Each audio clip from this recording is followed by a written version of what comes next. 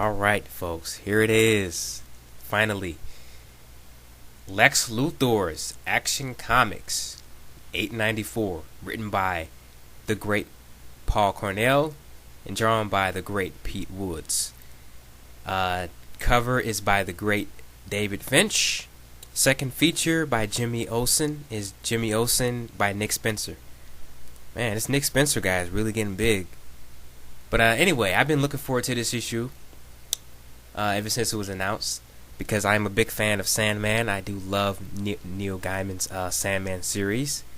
So I was wondering how the heck they were going to do this whole thing with Lex meeting death. It doesn't pan out like I thought it was going to. They set up. Paul Cornell does a good job of setting up some really interesting stuff. Ever since he took over this book has been great with him, with Lex. And Lex is one of my favorite villains. And what happens in this issue is it takes off what happened in the last issue. If you haven't been keeping up with this, you might not want to read it yet. You might want to go back and read the couple of issues where Paul Cornell first took over, and then come back and read this. So there will be spoilers in here. Let me say that right now. So I'm assuming if you're still here, you don't mind spoilers, or you pretty much have read this as well. What happens is Lex is dead, and he sees his body, and he meets death. He looks at her. He's like, "You're death?" She's like, "What were you expecting?" The sigh and the skeleton face and all that. And he's like, and Death is just like, "Nope, it's me. This is how I look." And Lex leans in. He kind of looks at her in her face, and she touches him on the nose. And Lex's nose starts to corrode a little bit. And he's like, "Whoa, okay, you're the real deal." And she's like, "Yep, it's really me." And I really like Death, how Neil Gaiman portrays her. She's just kind of chill and laid back. I don't know. I just think his portrayal of Death is really unique. And Paul Cornell does a good job of writing her as well. And basically what happens is she shows Lex his life review. You know that whole thing where people always say before you die, you have a flash of your life and stuff like that. It kind of happens like that in here, but it happens after you're dead, and Death shows it to you. So she shows it to him as Lex is like, "I really don't want to see this. I don't want to see my life."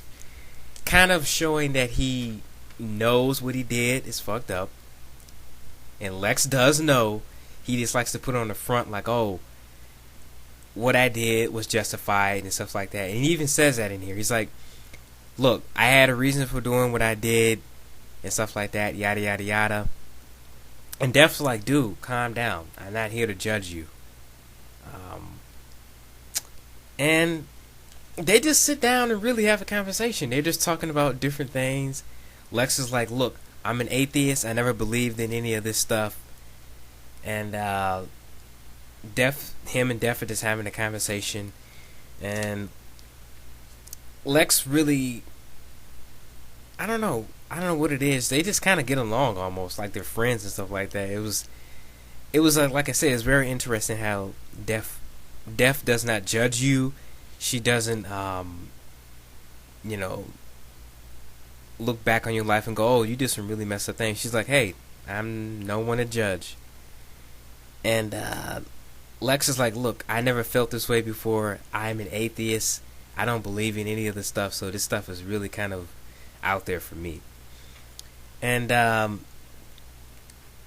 she's like, "Well, maybe you should just say you're sorry," or something like that. And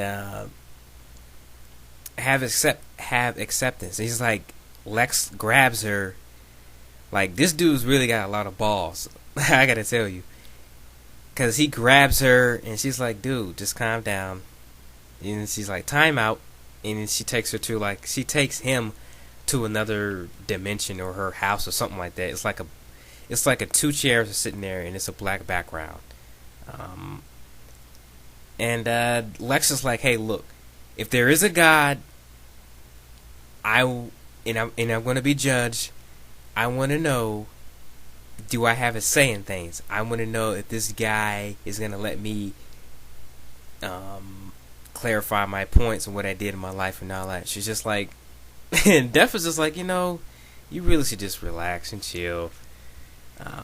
Like I said, this issue does not pan out like I thought it would.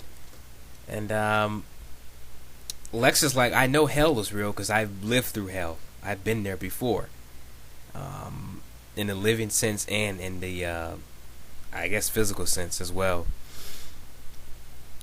And basically, at the end of the issue, I don't want to spoil too much. At the end of the issue, we find out that Lex was clinically dead for a couple of minutes or something like that, and Death tells Lex before he wakes up, I never said you were dead, but I'll be seeing you. And Lex is like, what do you mean by that? And it ends. And the next issue, they kind of lead off into not Doc Savage, but what's his name? Vandal Savage. So that's going to be interesting. I'm wondering what they're trying to set up, but this issue overall was really good. I think you should read it if you're a fan of Sandman and you want to see how they portrayed her in this book. You should definitely pick it up. It's definitely worth it. It's got the Jimmy Olsen second feature with Chloe Sullivan making her appearance in the comics, and they're doing a good job on that. I'm not going to review that part because it's not done yet. But yeah, I enjoyed this a lot. I really did. It was a very enjoyable issue. If you're not reading Action Comics with Lex Luthor, you really should. I highly recommend picking it up, going back and reading the other issues. It's one of the best books out, in my personal opinion. It's, if that means anything, it is really good. Check it out. Go back. If you like this issue, go back and read the other ones because it's really good stuff. So, that is it. I'm going to leave it at that. And I'm out.